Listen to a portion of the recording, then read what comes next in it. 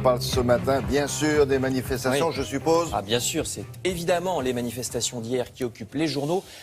D'abord les violences. Il n'y a guère que l'humanité qui estime que tout ça serait la faute des autorités, le gouvernement perdrait son sang-froid, la police devrait, estime l'humanité, mieux parvenir à isoler les casseurs de l'immense majorité des manifestants pacifiques, ça c'est le point de vue de l'UMA, mais la plupart des journaux sont plus sévères. C'est la loi de la violence, écrit le Parisien aujourd'hui en France. La contestation est débordée par les violences, disent les Échos. Les 24 policiers blessés rappellent le Figaro.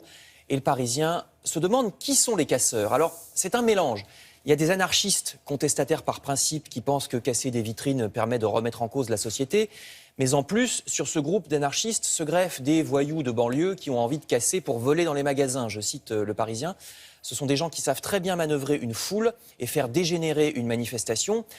En même temps, le problème, c'est que ces violences ne sont pas clairement condamnées par tous les manifestants pacifiques. Une manifestante non violente explique dans le Parisien qu'elle ne participe pas, bien sûr, à ces violences, mais qu'elle comprend parce que, dit-elle, la crise de la société française est comme une cocotte minute, donc elle n'est pas étonnée. La Croix et Libération vont plus loin et se demandent, mais à la fin, qu'est-ce que les manifestants de la Nuit debout espèrent exactement? La Nuit debout est aux prises avec ses contradictions, puisqu'il y a beaucoup de ces violences qui se passent non seulement lorsqu'il y a des défilés syndicaux, mais aussi autour de la place de la République, où il y a la Nuit debout. La nuit est devant soi, dit Libération. Autrement dit, tout reste à faire. Que va devenir le mouvement Nuit debout dans les prochaines semaines? La CGT a rencontré une délégation Nuit debout. Est-ce qu'il va y avoir un rapprochement entre les deux avec les syndicats? Le problème est que les manifestants de la Nuit debout n'aiment pas les syndicats. Ils les trouvent obsolètes, sans souplesse.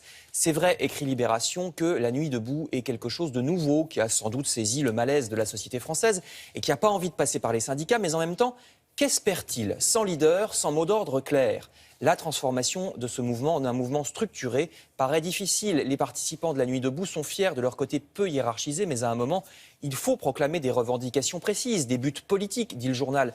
Libération se moque des assemblées générales sans fin de la Nuit debout, où l'on parle pendant 20 minutes de l'organisation de la cantine, par exemple. Le journal estime que ce mouvement est menacé d'immobilisme, donc il se demande ce qui va se passer avec la fusion éventuelle avec les défilés syndicaux, etc., notamment avec le 1er mai. Alors une revendication politique, justement.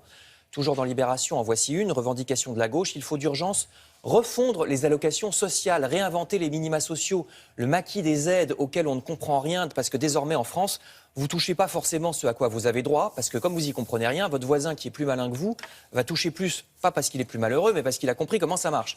Donc il faut d'urgence refondre en une allocation unique le maquis des aides existantes, RSA, allocation personnes âgées, allocation de solidarité spécifique, veuvage, outre-mer, adultes handicapés, etc. Voyez toute la liste. Ça serait plus simple à gérer si on fusionnait tout ça. Il y aurait moins de fonctionnaires, moins de paperasse. C'est ça le problème, disent les hommes politiques de gauche qui réclament cette simplification. C'est l'État qui gère mal la solidarité et non pas les personnes aidées qui seraient des criminels. Le vrai problème est cette gabegie de l'État. Libération prend l'exemple de la Belgique, un État qui n'est plus géré depuis 30 ans, estime le journal, à cause des bisbilles entre Flamands et Wallons. En Belgique, tout s'écroule, les quartiers sont abandonnés au communautarisme, certaines routes bruxelloises s'effondrent faute d'entretien. Un exemple pas si éloigné de la France et qui devrait nous amener à nous secouer un peu, dit Libération. Merci beaucoup, à tout à l'heure.